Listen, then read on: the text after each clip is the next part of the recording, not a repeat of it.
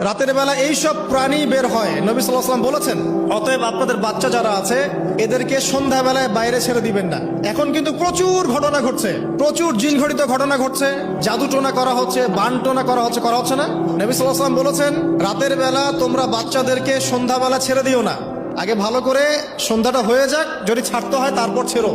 তারপর রাতের রাত যখন গভীর হবে তখন তোমরা এলোপাথালি ঘোরাফেরা করো না, রাস্তাঘাটে বনে জঙ্গলে ঘোরাফেরা করো না, কারণ এই সময় এমন কিছু মাখলুককে আল্লাহ পাক ছেড়ে দেন যাদেরকে তোমরা দেখো না। এখন সায়েন্সের যুগ তো, মানুষ মনে করে এগুলোর কোনো ভিত্তি নাই মনে হয়। কোরআন বলছে জাদু সত্য, কোরআন বলছে জাদু সত্য। কোন সূরা? সূরা বাকারা আয়াত নাম্বার 101, 101, 102 পড়ে দেখেন। ওয়াত্তাবিউ মা তাতলু শায়াতিন আলা মুলকি সুলাইমান, এই আয়াতটা পড়েন, বিশাল একটা আয়াত আছে। ওয়া মা কাফারা সুলাইমান ওয়ালাকিন্না শায়াতিন কাফারু ইউআল্লিমুনা আন-নাস সিহর। এই সিহর দিয়ে কি হতো? মা ইউফাররিকুনা বিহি বাইনাল মারই ওয়া যাওজি। সুলাইমান আলাইহিস সালামের সময় এই জাদুবিদ্যার প্রচলন ছড়িয়ে পড়ে।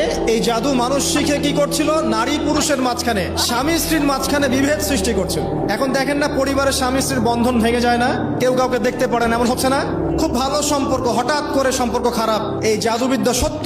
এবং এখনকার অনেক ভণ্ড যে কবিরাজগুলো বের হয়েছে, এরা জিনকে তাবে করে নিয়ে এই জিনদের মধ্য দিয়ে মানুষের মধ্যে জাদু ছড়িয়ে দিয়েছে। এই জাদুবিদ্যা সত্য। এর ফলশ্রুতিতে বহু পরিবার ধ্বংস হয়ে যাচ্ছে। দৃশ্য অদৃশ্যের অনেক ক্ষতি আছে, এগুলো এখনকার সায়েন্স বিশ্বাস করে না। আর সায়েন্স বিশ্বাস করে না বলে যে আমরা বিশ্বাস করবো না এমনটাও নয়। এখন বিজ্ঞান যেটা প্রমাণ করতে পারে নাই, এটা কি বিজ্ঞানের ব্যর্থতা না ইসলামের ব্যর্থতা? আল্লাহ রব্বুল আলামিন এবং তার রাসূল যা বলেছেন সেটাই চূড়ান্ত সত্য। সেটা আমরা প্রমাণ করতে পারি বা না পারি, এটাকে অন্ধভাবেই বিশ্বাস করতে হবে। এটাই হচ্ছে একটা মৌলবাদী কনসেপ্ট। আর এভাবে ইসলামের মৌলিক বিষয়গুলোকে না মানলে কেউ মুসলিমই হবে না। কথা কি বুঝতে পারছেন? আচ্ছা, তিনি বলছেন রাতের বেলা এমন কিছু মাখলুক বের হয় যাদেরকে তোমরা দেখো না। দুষ্ট জিন বের হয়। কি বের হয়? জিন জাতি নাই পৃথিবীতে?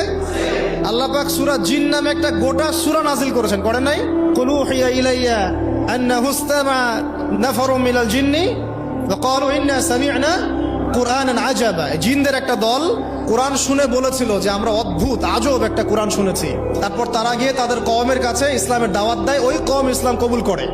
এটা নবী সাল্লাল্লাহু আলাইহি ওয়াসাল্লামের জীবনের সেই সময়কে ঘটনা, যখন নবীজি তায়েফ থেকে ফিরে আসছেন। তায়েফবাসী তাকে অত্যাচার করলো, তিনি নাখলা উপত্যকায় এসে নামাজ পড়ছেন। ওই নামাজের কেরাত শুনে জিনরা ইসলাম কবুল করেছে।